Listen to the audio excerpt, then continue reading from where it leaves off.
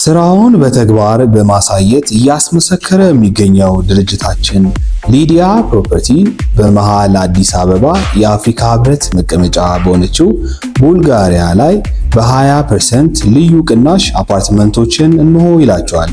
ከባለ 1 መኝታ እስከ ባለ 3 መኝታ በተለያዩ የካሬ አማራጭ ከ5 ሚሊዮን ብር ጠቅላላ ክፍያ ጀምሮ የቤት ባለቤት መሆን የሚችሉበትን እድል ይዞላችሁ መጥቷል። ይህ አዋዜ ልዩ ሰበር ነው። ፕሬዚደንት ዶናልድ ትራምፕ ከ6 ሳምንታት የአየር ድብደባ 3 ሳምንት የዘለቀ የባህር ከበባና ኢስላማባድን ማዕከል ያደረገ ወሸከሬ ድርድር በኋላ ከኢራን ያገኙት አዲስ ምላሽ አፋቸውን ደምደም አላቸው። ከቶም ልቀበለው አልችልም ብለዋል። በንዴት ጦፈው ኢራን ጨዋታ ነው የያዘችው ሲሉ ከሰዋል። አንዴ ባለ 1 ገጽ ሌላ ጊዜ መድበል ሲሉ ለገለጹት ባለ 14 ነጥብ የሰላም ዕቅዳቸው የኢራን ባለሥልጣኖች ምላሽ እንዲሰጡ ከተጠበቁበት ቀን ውጪ 72 ሰዓታት ገደማ ደጅ ካስጠኑ በኋላ የሰጡት የምላሽ የኪስ ወረቀት ተቀዶ ሲታይ ትራምፕ ጎመዘዛቸው። ይሄማ ጨዋታ ነው አሰኝቷቸዋል። በዋሽንግተን ትራምፕና ሰዎቻቸው በኃያል ድብደባ ከበባና ሰማይ ይቀድዳል ተደጋጋሚ ዛቻ ምክንያት ታላቅ ውል አገኘን ብለው እጢያቸው ዱብ ሲል፣ ኢራኖቹ ግን ከቴህራን በከፊል ይፋዊ ዜና ምንጫቸው ታስኒም በኩል ምን አይነት ምላሽ ለአሜሪካ እንደሰጡ ተኩራርተው እየገለጹ ነው። የሰጠናቸው ምላሽ ከብዙ በጥቂቱ ጦርነቱ በሁሉም ጦር ግንባሮች በአስቸኳይ እንዲቆም፣ የባህር ከበባና ዕቀባው እንዲነሳና ዳግም ሌላ ጥቃት በኢራን ላይ እንደማይደረግባት ዋስትናዎች እንዲሰጡን የሚጠይቅ ነው ብለዋል። ሆርሙዝ የዓለም የነዳጅ ዋስትና ደም ግፊት መቆጣጠሪያ ሰርጥ ሆኗል። ዶክተሮቹ ኢራኖች ናቸው። አሜሪካ የ1 ጋሎን ነዳጅ ዘይት ዋጋ እጥፍ ገደማ ጨምሮባት ኑሮ ውድነት የሚባለው ደም ፍላት ጭንቀቷን በየቀኑ ጣራ አድርሶታል። ንዴታቸው ሊወጣላቸው ያልቻለው ፕሬዚደንት ትራምፕ የማኅበራዊ ገጻቸውን መልእክት በመቀጠል ሲጽፉ ኢራን ከአሜሪካና ከቀረው ዓለም ጋር ጨዋታ መጫወት ከጀመረች 47 ዓመታት ሆኗታል። ኢራን አሉ ትራምፕ ሲቀጥሉ፣ በአሁኗ ዳግም ታላቅ ሀገራችን ላይም እየሳቀች ነው። ከዚህ በኋላ አትስቅም ብለዋል በተለመደ ዛቻቸው። ትራምፕ በኒውክሌሩ ደረጃ ግን ምን ያህል እሽታ እንዳገኙበት እንኳ ባልተገለጸ በዚህ ምላሽ ሌላ ያስገነዘበቻቸው በጦርነቱ ለደረሰብን ጉዳት አስቸኳይ ካሳ እንደምትፈልግና የሆርሙዝ ሰርጥ የራሷ የውሃ ግዛት መሆኑን በማወቅ ሉዓላዊነቷን አሜሪካ አምና እንድትቀበል በብርቱ የሚጠይቅ ነው። ዶናልድ ትራምፕ በማኅበራዊ ሚዲያ ገጻቸው ገብተው አልወደድኩትም፣ ፈጽሞ ተቀባይነት የለውም ብለው ጽፈው እንደጨረሱ የዓለም የነዳጅ ዋጋ በበርሜል ግራፉ ሽቅብ በመውጣት $3 ጨምረዋል። ውጊያው ውስጥ ከገቡበት ዕለተ ቅዳሜ ጠዋት ፌብርዋሪ 28 2026 ወይም የካቲት 21 2018 በነጋታ ጀምሮ ጦርነቱ ያልቃል ሲሉ የከረሙትና በዚህም ሳምንት የደገሙት ፕሬዚደንት ዶናልድ ትራምፕ እንደ ሰነፍ ገበሬ በአረም ይመለሱ ሆነባቸዋል የቁጥቁጥ ጦርነታቸው ፍሬ። ዳንኤል፣ የምላሹ በኢራን በኩል ይሄው ነው። ለብዙ ቀናት የተጠበቀ ነው። መጀመሪያ አሁን መጨረሻ ላይ ኢራን የ14 ነጥብ የሰላም ዕቅድ ሰጠች። የሰላም ዕቅዷን አሜሪካ በከፍተኛ ብሽቀት እንደማትቀበለው ገልጻ እንደገና የራሷን የሰላም ዕቅድ ሰጠች። ለእሷ የሰላም ዕቅድ ደግሞ ምላሽ ከዓርብ ዕለት ጀምሮ ምላሽ ስትጠብቅ ቆየች። የተሰጠው ምላሽ ኢራን ባለ 14 ነጥብ የሰላም ዕቅዷን ደግማ ነው የላከችላቸው ማለት ይቻላል።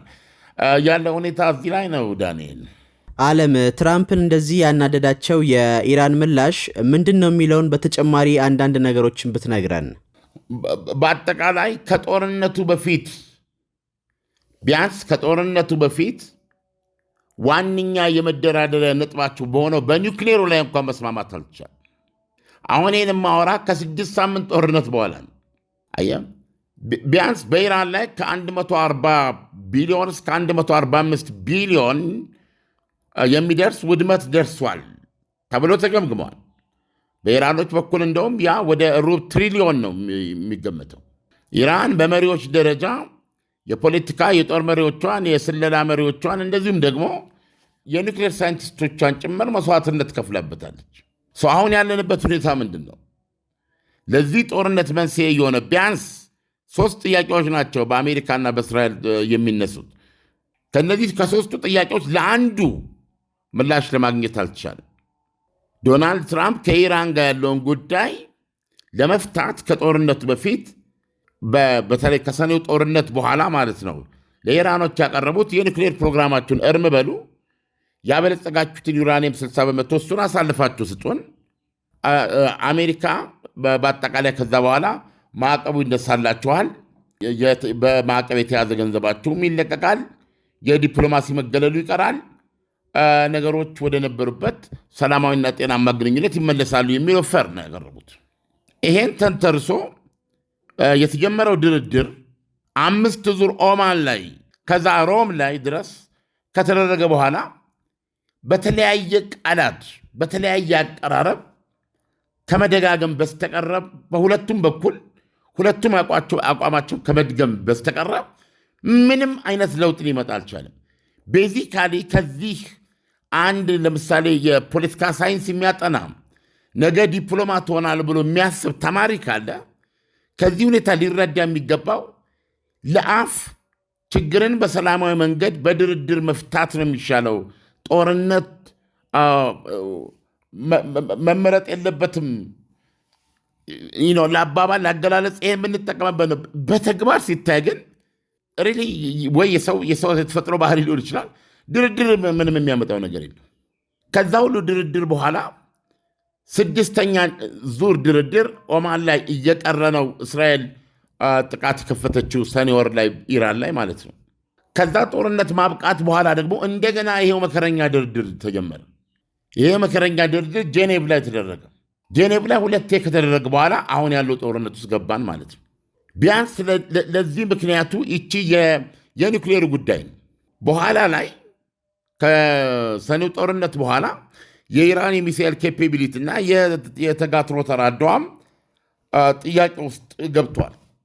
በዚህ ላይ ከጦርነቱ በፊትም ኢራን በዚህ ላይ አልደራደርም፣ ይሄ ራሴን መከላከልበት ነው፣ ከማጋ ግንኙነት እንዳለ ደግሞ መወስነው ራሴ ነኝ፣ ያ ደግሞ ያለኝ ግንኙነት የተራዳ ግንኙነት አንድ ወጥ ነው፣ እኔ ማለት ነኝ፣ ሄዝቦላ ማለት እኔ ነኝ፣ ሀውቲ ማለት እኔ ነኝ፣ ኢራቅ ማለት እኔ ነኝ የሚል ምላሽ ሰጥታበታለች። እነዚህ 2 ጉዳዮች ተነስተው አያውቁም። አሁን ከጦርነቱ በኋላ ተነስተው አያውቁም። እነዚህ በኒውክሌሩ ላይ ነው መስማማት ያልቻሉት። በተለይ የዚህ ኢስላማባድ የምትለው ድርድር ለምሳሌ የመጀመሪያው ድርድር እንደተደረገ ምክትል ፕሬዚደንት ጄዲ ቫንስ በነበሩበት 21 ሰዓት ከተወያዩ በኋላ የአሜሪካ ጥያቄ ምን ሆኖ መጣ? 19 ዓመት ምንም አይነት የኒውክሌር እንቅስቃሴ አታድርጊ የሚል ነበረ። ኢራኖች ነው 19 ዓመት አንቀበልም፣ ለ5 ዓመት ብቻ ነው የምንቀበለው አሉ ይላል። ኦኬ 60 በመቶ በለጸጉ ሚሳይል ወይም ደግሞ ከ10 እስከ 11 አቶሚክ ቦምብ ሊወጣው አፋፍ ላይ የደረሰ ነው በምትሉት ጉዳይ ዋና ጉዳይ እሱ ነው። ምንም የተገለጠ በሱ ጉዳይ ላይ ምንም የተባለ ነገር የለም። አሁን ግን እየሰማን ያለው ምንድን ነው? ዶናልድ ትራምፕ ከሚሉት ውጭ ኢራን ትናንትና በተለይ በዚህ ሰሞን የሚሰጠው መግለጫ ለእኛ ይህ 60 በመቶ የበለጸገ ዩራኒየም እንደ ኢራን እንደ አፈራችን እንደ ድንበራችን ቅዱስ ነው፣ ሴክርድ ነው፣ ለማንም ሀገር አሳልፈን የምንሰጠው አይደለም በማለት ምላሽ ሰጥተዋል። ስለዚህ እዚህ ጋር ያለውን ችግር እንዴት ትፈታላችሁ ለሚባለው ሀሳቦች ነበሯቸው። አንዱ ለምሳሌ ቋሊባፍ ያቀረቡት ነው። የኢራን ፓርላማ አፈጉባኤ 60 በመቶ የበለጸገውን ሚሳኤል በርዘንና ከልዘን ጥራቱን ወደ ከ20 በመቶ ዝቅ እናደርገዋለን እንጂ አሳልፈን አንሰጥም የሚል። ስለዚህ ድርድር እነዚህን ሀገሮች የቱ ጋር ሊያመጣቸው ይችላል የሚለውን ስትመለከት የለም። አሁን አሳዛኙ ነገር ምንድን ነው? አሁን እኔና አንተም ጭምር እንደ አንድ የዓለም ህብረተሰብ እየሰቃየን የምንገኝበት የዚህ የነዳጅ አቅርቦት። ለምሳሌ ዓለም ይህ ጦርነት ሳይጀመር በፊት ታገኝ የነበረው የነዳጅና የጋዝ መጠን እስካሁን ባለው በ1 ቢሊዮን በርሜል ቀንሷል ይላል። በጦርነቱ ምክንያት ከዓለም የዕለት ፍጆታ ላይ 1 ቢሊዮን በርሜል ነው የቀረው ይላል። ስለዚህ ምን አይነት እጥረት እንደተፈጠረ ተመልከት። በዚህ የተነሳ ኑሮ ሲጋሽም የኑሮ ንረቱ በሚሊዮን የሚቆጠር ህብረተሰብ እያሰቃየ ነው የሚገኘው። የምግብ እህሎችን ዋጋ እያስወደዳቸው ነው የሚገኘው። ነገና ከነገ ወዲያስ እንዴት ነው የሚሆነው? ስለዚህ አሁን ኢራን ይሄ መሆኑን ታውቃለች። ኢራን በዚህ በሰርጥ ጉዳይ ላይ ስምምነት ማንደርስ ከሆነ ስምምነት እስክንደርስ ድረስ በዚህ መላው ዓለም ራሷ አሜሪካ ትታመሳለች። ያለው አማራጭ ወይም ኢራኖች ቃል በቃል እንዳሉት አሜሪካ በጦርነቱ መሸነፏን አምና መቀበልና መፈረም ነው ያለባት ነው። ይህ ምን ማለት ነው?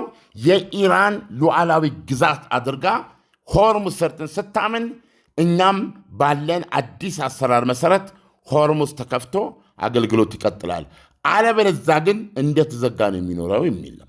ይሄ ደግሞ ኦፍኮርስ ራሳቸው ኢራኖችን ዋጋ ሊያስከፍል ይችላል። ወይም የአሜሪካ ከበባ አንዱ ዓላማ ነው። ወይም አሜሪካ ኢራንን በሆርሙዝ ሰርጥ በኩል ሸቀጦቿን እንዳትሸጥ የማድረጉ ዓላማ ይሄ ነው። ግን ምን ያህል ጊዜ እነዚህ ሀገሮች በዚህ ጌም ውስጥ ሊቆዩ ይችላሉ? ኦኬ፣ እነሱ ጦርነት ላሉ ናቸው። አሜሪካ በከበባው ትቀጥል፣ ኢራንም በአቋሟ ትቀጥል። ቀሪው ዓለም ግን ስቃይ ውስጥ ከመቼ ነው የሚሄደው? ለምሳሌ የነዳጅ ዋጋ በዛሬ $3 ጨምሯል በበርሜል። ይሄ ማለት በእያንዳንዱ የዓለም ዜጋ ላይ ጫና ነው እና ስትመለከተው ጦርነቱም ድርድሩም ይሄን ጉዳይ የትም እያደረሰው አይደለም እና ያለ ሁኔታ ይሄ ነው። ዳንኤል ስራውን በተግባር በማሳየት እያስመሰከረ የሚገኘው ድርጅታችን ሊዲያ ፕሮፐርቲ በመሃል አዲስ አበባ የአፍሪካ ህብረት መቀመጫ በሆነችው ቡልጋሪያ ላይ በ20% ልዩ ቅናሽ አፓርትመንቶችን እንሆ ይላቸዋል። ከባለ 1 መኝታ እስከ ባለ 3 መኝታ በተለያዩ የካሬ አማራጭ ከ5 ሚሊዮን ብር ጠቅላላ ክፍያ ጀምሮ የቤት ባለቤት መሆን የሚችሉበትን እድል ይዞላችሁ መጥቷል። ዓለም በአሜሪካና በኢራን መካከል የሚደረገው ድርድር ከጊዜ ወደ ጊዜ እየከረረ የሚሄድ ከሆነ ድርድሩ ቀርቶ ነገሮች በጦርነት ብቻ ወደሚፈቱበት ደረጃ አይሸጋገርም ወይ? አሁን እንዴት ነው አማራጭ የሌለው ምርጫ ውስጥ ነው አሁን ዓለም የወደቀችው። ለምሳሌ ያክል ከዚህ በፊት ደጋግመን አውርተናል። አንዳንዴ ራሱ ደግሞ መናገሩ ይሰለቻል። የጦር ዕቅድ ቀርቦላቸዋል ዶናልድ ትራምፕ ኢራን ላይ ሌላ የከፋ የባሰ የ2 እና የ3 ሳምንት ድብደባ የማድረግ እቅድ ነው እና ይሄ እቅድ የኢራንን መሰረተ ልማቶች የኤነርጂ መሰረተ ልማትን ጨምሮ የነዳጅ ሀብቷን የጋዝ ሀብቷን ፕሮባብሊ ከዚህም በላይ የመደብደብ ዓላማ ያለው ነው እና ከሱ ጋር እኩል ደግሞ አሁን ደግሞ ያሉትን መሪዎች እንዲሁ የማደን ነው እና ከዛ በኋላ ቅስሟ ተሰብሮ ወይም ደግሞ ልኳን አውቃ ለድርድር ትቀርባለች የሚል ዝግጅት ነው በአሜሪካ በኩል ያለው ማለት ነው። እንዲሁም በእስራኤል በኩል ኢራን ደግሞ የምታቀርበው ይሄን ማድረግ ትችላላችሁ፣ ይሄን ካደረጋችሁ ግን በምንሰጠው ምላሽ ትገረማላችሁ። ከዚህ ቀደምም ተጠቅመን የማናቅበትን መሳሪያ ነው የምንጠቀመው። ቀጥታ ለእስራኤል ነው እና ለሰላጤዎቹ ሀገሮች ነው። ኢራን ላይ የምታደርጉት ድብደባ የኢላማ ምርጫችሁ የኢራን ኢላማ ይሆናል ነው የምትሉት። እናንተ የኢራንን የነዳጅ ማጠራቀሚያ ወይም የጋዝ ሀብት ወይም ደግሞ የኤሌክትሪሲቲ መሰረተ ልማት የምትመቱና ጽልመት ውስጥ የምትከቷት ከሆነ ኢራኑን የተባበሩት አረብ ኤሚሬት ትጠፋለች፣ ሳውዲ አረቢያ ትጠፋለች። ወይም እንግዲህ ያድርጉት ሌላ ነገር ነው። ኩዌት፣ ባህሬን በእነዚህ ሀገሮች ላይ ፈርዳችሁ ነው እና ኢላማ ያስቀምጣሉ። የእያንዳንዳቸው ለምሳሌ የኤሌክትሪክ መሰረተ ልማታቸው የፋርስ ባህረ ሰላጤን ተከትሎ ያለ ነው የሚሉት። ለእኛ እነዚህ በአጭር ርቀት ሚሳይል ነው ማውደም የምንችለው ነው የሚሉት። አንዳንድ ጊዜ ደግሞ ሲሪየስሊ ልታየው የሚገባው ነው። ለምሳሌ አሁን እያነበብን ያለውን ዜና ምንድን ነው? ራሽያና ኢራንን የሚያገናኝ በመካከላቸው ያለ ምንድነው ካስፒያን የሚባል ባህር አለ። በዛ ባህር በኩል በአደባባይ መርከቦች የራሽያ መርከቦች የምግብ ሸቀጣሸቀጥ የተለያየ አስፈላጊ ሸቀጣሸቀጥ ጭነው ወደ ኢራን ሄዳሉ። በድብቅ ደግሞ የሰው አልባ መገጣጠሚያዎች፣ የሰው አልባ አካላት ብቻ ሳይሆን ደግሞ እንደምታውቀው በዚህ በሰው አልባ ፍልሚያ ዩክሬን ላይ በምታደርገውን ራሽያን ታውቃለህ። እንደዛ አይነት ኦልሞስት ኢላማ መቺ ሆኑ ፕሪሲሽን ልትላቸው በሚያስችል ደረጃ ያሉ ሰው አልቦች ናቸው ለኢራን እየገባላት ያለው። የራሱ የሲአይኤ ግምገማ ኢራን 75 በመቶ የሚሳኤል ክምችቷ አለን የሚለው ይቅርታ 75 በመቶ መተኮሻው ሎንቸሩ ማለት ነው። ይሄ ትልቅ ትራክ ማለት ነው። ከቦታ ቦታ እየተዘዋወረ የሚተኩስ ማለት ነው። እሱ 75 በመቶ አላት። ከጦርነት በፊት ከነበራት 25 በመቶ እናያጣችው። የሚሳኤል ክምችቷ 30 በመቶ ብቻ ነው፣ ደግሞ 70 በመቶ አላት ይላል። ስለዚህ የሰላጤው ሀገሮች በአጠቃላይ ከዛ የሚወጣው በሆርሙዝ ሰርጥ የሚተላለፍ 20 በመቶ የዓለማችንን ፍጆታ የሚሸፍነው የነዳጅና የተፈጥሮ ጋዝ ምንጩን አጠፋለሁ ነው የምትለው ኢራን። ይሄን ደግሞ እርግጠኛ ሆና እንደምትናገር የምታውቀው የምታደርገው ጥረት የለም። ለምሳሌ ዶናልድ ትራምፕ የሚሰጡትን ዛቻ በየቀኑ የተመለከትከው ነው። የጦርነት እቅዱ ቅድም ነገርኩ ከሁለትና ሶስት ሳምንት የሚቀጥል አሜሪካ ሌላ ሀያል መሆኗን የሚያሳይ ድብደባ ነው። መሪዎችን ጭምር የሚገድልና የኤነርጂ መሰረተ ልማቶቿን የሚመታ ይላል። ኢራን ይሄ አስደንግጧት ይሄ አሳስቧት ወይም ደግሞ ቻይናን ወይም ሌሎች ሀገሮችን ጠርታ ይሄ ነገር እንዳይደረግ እንደራደር እንደዚህም የለም። ከኢራን በኩል የሚሰጠው ምላሽ አድርጉት፣ እኛም እናደርገዋለን የሰላጤው ሀገሮች ላይ የሚል ነው። በዚህ ሁሉ መካከል አሁን ይሄን ጦርነት ለማቆም ቤር ሚኒመም የሚባል ስምምነት ቢኖር የኒውክሌር ስምምነቱና የሆርሙዝ ሰርጥ ወደ ዓለም አቀፍ ውሃ መተላለፊያነት መቀየር ናቸው። የጦርነቱ መቆም፣ የኢራን የኒውክሌር ፕሮግራሟን ማጠፍ እና የተባለውን 60 በመቶ የበለጸገውን ዩራኒየም ለአሜሪካ መስጠት እና የሆርሙዝ ሰርጥን መልቀቅ ወደ ነበረበት መመለስ። በምላሹ ጦርነቱ ይቆማል። ድጋሚ ጦርነት እንደማይደረግባት በተባበሩት መንግስታት ድርጅት በተለያዩ ዓለም አቀፍ አካሎች እውቅና ያለውና ዋስትና ያለው ስምምነት ማድረግ፣ ለምሳሌ የጦርነት ካሳ ያለችን ጉዳይ ማየት፣ በማዕቀብ የተያዘባትን ገንዘብ ሙሉ በሙሉ መፍታት፣ መልቀቅ፣ ማዕቀቡን ከላይዋ ላይ ማንሳት ከኢራን ላይ ማለት ነው። እነዚህ ነገሮች በማድረግ አትሊስት የሆነ ሁሉንም ወገኖች ባያረካም የተወሰነ ለዓለምም የግልግል መንፈስ የሚሰጥ የሆነ መደራረሻ ነጥብ ሊኖር ይችላል። አሁን እንግዲህ አንድ አይደለም። በኒውክሌሩ ላይ እንኳን መቀራረብ አልቻሉም። ይሄ የኒውክሌር ጉዳይ 47 ዓመት የቆየ ጉዳይ ነው። አሁን ምን ያለንበት ሁኔታ ይሄ ነው እና ከዚህ ቀጥሎ እንግዲህ እስካሁን ድረስ ይሄ ጦርነት በተኩስ አቁም ነበር የነበረው። ተኩስ አቁሙ የመጣው ዶናልድ ትራምፕ ስልጣኔ ዛሬ ምሽት ይወድማል ብለው የሰጡትን መግለጫ ቀነ ገደብ ተከትሎ የቀነ ገደቡን መቃረብ 90 ደቂቃ ሲቀር ፓኪስታን ጣልቃ ገብታ ኢራን በፓኪስታን በኩል ደጅ ጠንታ ያቆምኩትና ለድርድር እድል የሰጠሁት ነው የሚሉ ዶናልድ ትራምፕ። ነገር ግን አሁን ጭራሽ በኢስላማባድ ላይ ከአንድ ድርድር በስተቀር አልተደረገም እና ከዛ በኋላም ቀነ ገደብ አላስቀምጥም ለድርድር እድል እሰጣለሁ በማለት ነው የሚገኙ ዶናልድ ትራምፕ። የድርድር ልውውጦቻቸው በፓኪስታን በኩል የተደረጉት አሁን እዚህ ደረጃ ደርሷል። ስለዚህ ከዚህ ቀጥሎ ወዴት ነው የምንሄደው የሚለው ጉዳይ ነው ያለውና ስሪሊ በጣም የተወሳሰበ እና ኦልሬዲ ይህ ጦርነት የኢራን እና የእስራኤልና የአሜሪካ ነው ተብሎ አይገለጽም። ይህ ጦርነት ኦልሬዲ የእስራኤልና የአሜሪካ የኢራን የቻይናና የራሽያ እንደሆነ ነው በግልጽ የሚታየው እና በዚህ ውስጥ ትልቅ መስዋዕትነት ከፋይ እየሆኑ የሚገኙትና ሪሊ አንዳንድ ነገሮችን ማለት አልፈልግም እንጂ የአንዳንድ ሀገሮች መሰረታዊ ህልውና ሁሉ አደጋ ውስጥ ሊወድቅ እንደሚችል የሚነገርበት በተለይ ሰላጤው ሀገሮች በጣም በጣም አስጨናቂ ሰዓት ነው የሚገርመው እና ስለዚህ አይ ቲንክ የኢራን የአሁን የመጨረሻ ምላሽና አሁን ያለው ሁኔታ ከዚህ ቀጥሎ ዶናልድ ትራምፕ ምን ይወስናሉ ነው። የእስራኤሉ ጠቅላይ ሚኒስትር ቤንያሚን ኔታንያሁ ጦርነቱ አላለቀም፣ ጦርነቱ መቀጠል ያለበት፣ ይህ ጦርነት ከመቀጠል ውጭ አማራጭ የለውም፣ ምክንያቱም የበለጸገውን ዩራኒየም በእጃችን ማስገባት አለብን በወታደራዊ መንገድ የሚል ሐሳብ ነው ያቀረቡት። የሊባኖስ ጦርነት ተፋፍሞ ነው የሚገኘው።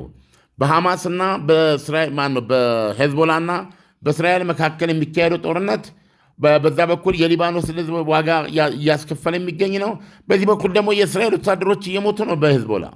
ስለዚህ ሁኔታዎች ምንም ለውጥ የላቸውም እና እስካሁን ሲካሄዱ የነበሩ የሰላም ድርድሮች የምትላቸው የጦርነቱን ያክል ራስ ምታቶች ነበሩ እና ባክ ቱ ዚሮ፣ ሁሉም ነገር ዜሮ ላይ ነው አሁን የተመለሰው። ከዚህ በኋላ ከዋሽንግተንና ከቴህራን ምን እንደሚሰማ መጠበቅ ነው። ኢራን ግን ወደ ጦርነቱ የምትገቡ ከሆነ ታዝናላችሁ የሚል ማስጠንቀቂያ የሰጠች ነው። ስለዚህ ዓለም ከዶናልድ ትራምፕ ብስጭት አንጻር በቀጣይ ኢራን ላይ ጦራቸውን ሊያዘምቱ እንደሚችሉ እርግጠኛ መሆን ይቻላል ማለት ነው? ምንም ነገር እርግጠኛ መሆን አይቻልም። ቤዚካሊ ዶናልድ ትራምፕ ከመጀመሪያው የጦርነቱ መጀመር በነጋታው ጀምሮ ጦርነቱ እንዲቆም የሚፈልጉ መሆናቸው ነበር የሚነበበው። ይሄ ሁኔታ የሳይኮሎጂ ጦርነትም ከሆነ የዶናልድ ትራምፕ ሳይኮሎጂ አሁን በግልጽ እንደምናየው መከበርና መታፈርን ያመጣላቸው አይደለም። በጣም ዲስረፕቲቭ ነው ባህሪያቸው፣ የአወሳሰናቸው፣ አካሄዳቸውና ለጠላትም ለደጋፊም ወጥ በሆነ ነገር የምትጨብጠው ነገር የለም። ስለዚህ አሁን ለምሳሌ ከፍተኛ ቁጣ ነው እዚህ ላይ የገለጹት። ከቁጣ ጋር ደግሞ ጦርነት የምታካሄድበት መንገድ በጣም ጥንቃቄ አለው። ለምሳሌ የኢራንን የኤሌክትሪሲቲ መዋቅር አወድማለሁ ብለው በተነሱበት ጊዜ ብዙ አሜሪካውያን ወይም ደግሞ የኤክስፐርቶች ያሏቸው ቤዚካሊ የጦር ወንጀል ሊፈጽሙ ነው። ምክንያቱም የኤሌክትሪክ አገልግሎት የህዝብ ነው እንዳለ እንደ መሰረተ ልማት ሙሉ በሙሉ ያንም ማውደም ነገ ይሄ በጦር ወንጀለኛንን ሊያስጠይቅ ይችላል የሚል ነው። በተለይ ስልጣኔ ይጠፋል ማለታቸውን ተከትሎ ኢቭን እዚህ ፕሬዚደንት ላይ ሊነሱ የሚገባቸው ብቁ አይደሉም የሚል ነገር መነሳት አለበት የሚል ድምፆች ነበሩ። ስለዚህ አሁን ውጊያ ነው። አሁን ትልቁ ነገር ምንድን ነው? እዚህ ውስጥ አስቸጋሪ የሆነው ውጊያ ቀላል አይደለም። ምናልባት አሜሪካ እግረኛ ጦር ማስገባት ሊኖርባት ይችላል። በጣም የተራዘመ ጦርነት መግባት ሊኖርባት ይችላል። ወሳኝ ድል ለመቀዳጀት ኢራን ውስጥ ያለውን ሁኔታ ለመቆጣጠር። ይሄ ደግሞ አሁን ባለው በአሜሪካ ሪያሊቲ የማይሞከር ነው። ከፊት ለፊታቸው የህዳር ምርጫ አለ። ይህንን ህዳር ምርጫ ፐርሶናል ይፈሩታል። በኮንግረስ ውስጥና በሴኔት ውስጥ ያላቸውን አብላጫነት ካጡ ራሳቸው በታሪክ ለሶስተኛ ጊዜ በኮንግረስ ክስ ሊመሰረትባቸውና በሴኔት ስልጣናቸው ሊገፈፍ እንደሚችል ይፈራሉ። ስለዚህ በአጠቃላይ ሪፐብሊካን ፓርቲ እንደ ሪፐብሊካን ፓርቲ ትልቅ ሞት ነው የሚያጋጥመው እና ይሄንን ነው የሚፈሩት። እሳቸውም ከጀርባቸው የፖለቲካ ውጥረት አለ። የፖለቲካ ውጥረቱን ደግሞ የኑሮ ውድነት የፈጠረው ነው እና አሁን $3 ጨመረ የነዳጅ ዋጋ ስለ አሜሪካ ውስጥም ህመሙ ተመሳሳይ ነው እና የህዝብ አስተያየት መመዘኛዎችም በየዕለቱ የሚያሳዩት ህዝቡ ለዶናልድ ትራምፕ ያለውን ድጋፍ እየቀነሰ መምጣቱን የሚያሳየው እና በኢራኖችም ደግሞ በሌላ በኩል መሪዎቹ በራሳቸው ላይ ሞት ፈርደውም ነው። ሞት ወይም ነፃነት የምትለው አይነት አቋም ይዘው ነው እና እንደው ባጭሩ ማጠቃለል የሚቻለው ይህ ጦርነት የሚቆምበት ሁኔታ ላይ አይደለም ያለው እና በመላው ዓለም ላይ ተፈጠረው ጦርነቱ ያመጣው ጣጣ እየከበደ መጥቶ መጨረሻ ላይ ኢራን ያስቀመጠችው ነገር አለ።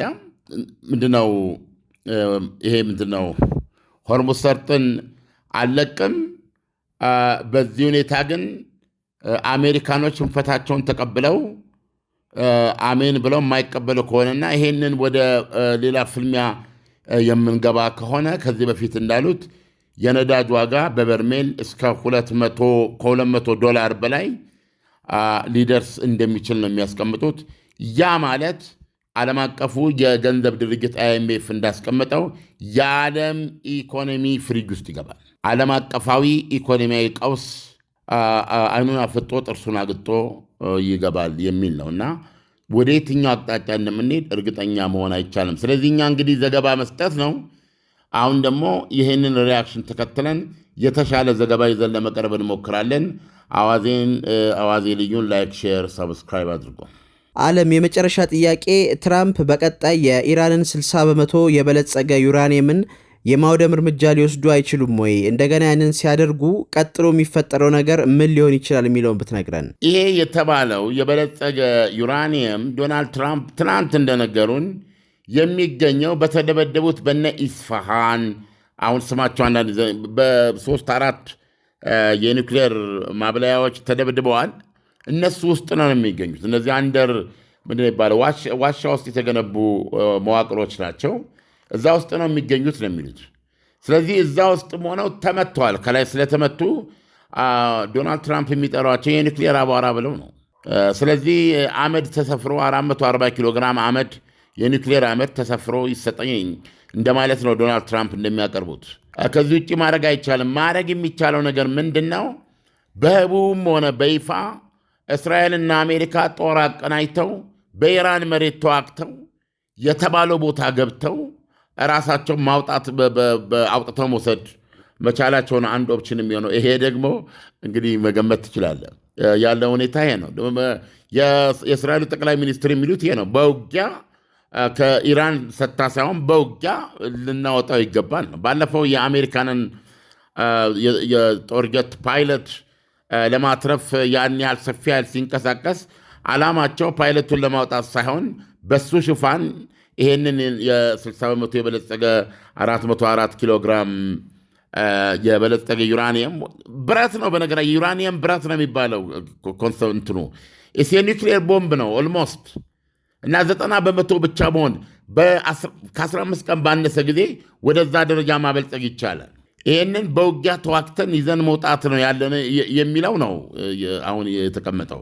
ኢራን ግን ይሄንን ስጭኝ ለሚሉ ጥያቄ ራሴ በርዤ ከልሼ ደረጃውን አወርደዋለሁ እንጂ እንደ ኢራን አፈር፣ እንደ ኢራን ዳር ድንበር፣ እንደ ኢራን ሉዓላዊነት ነው የምንቆጥረው።